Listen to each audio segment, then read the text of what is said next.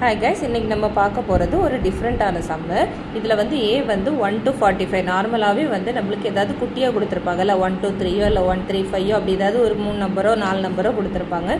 இந்த கொஸ்டினில் என்னென்னா 45 சம் கொடுத்துருக்காங்க. இந்த கொஸ்டின் வந்து ரொம்ப இம்பார்ட்டன்ட் கொஸ்டின், ரிப்பீட்டட் கொஸ்டின்ஸாக வர்ற கொஸ்டின். ஸோ நல்லா கவனமாக கவனிங்க. அடுத்தது R be the relation between square of a number on A. R வந்து ஏல வந்து ஒரு நம்பரோட ஸ்கொயர் தான், அப்படி ஸ்கொயர் ஆஃப் அ நம்பர் அப்படின்னு கொடுத்துருக்காங்க. ஆரோ சப்செட் ஆஃப் ஏஆவை எழுத சொல்லியிருக்காங்க. டொமைனு ரேஞ்சு எழுத சொல்லியிருக்காங்க. ஓகேவா, எப்பவும் போல் ஏ வேல்யூ எழுதிட்டோம். அது என்ன கொடுத்துருக்காங்க அப்படின்றது எழுதிட்டோம். சப்செட் ஆஃப் ஏனா R subset of A cross A, அவ்வளோதான். ஓகேவா, அது ஓகே முடிஞ்சிச்சா.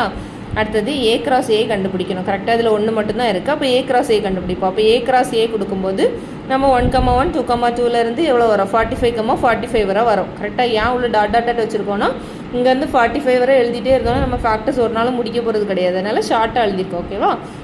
அடுத்தது வந்து ஆர் வந்து என்ன கொடுத்துருக்காங்கன்னா ஸ்கொயர் ஆஃப் அ நம்பர் அப்படின்னு கொடுத்துருக்காங்களா. அதனால நம்ம என்ன பண்ணுறோன்னா 1,1 ஸ்கொயர் 2,2 ஸ்கொயர், அப்போ 45,45 ஸ்கொயர் வரை வரும். கரெக்டாக. ஆனால் இதில் என்ன கொடுத்துருக்காங்க, ஸ்கொயர் ஆஃப் அ நம்பர்னு கொடுத்துருக்காங்க. அப்போ ஸ்கொயர் பண்ணும்போது நம்ம வந்து 45 தான் நம்மளுக்கு அட்மோஸ்ட் ஹையஸ்ட் நம்பர். கரெக்டாக.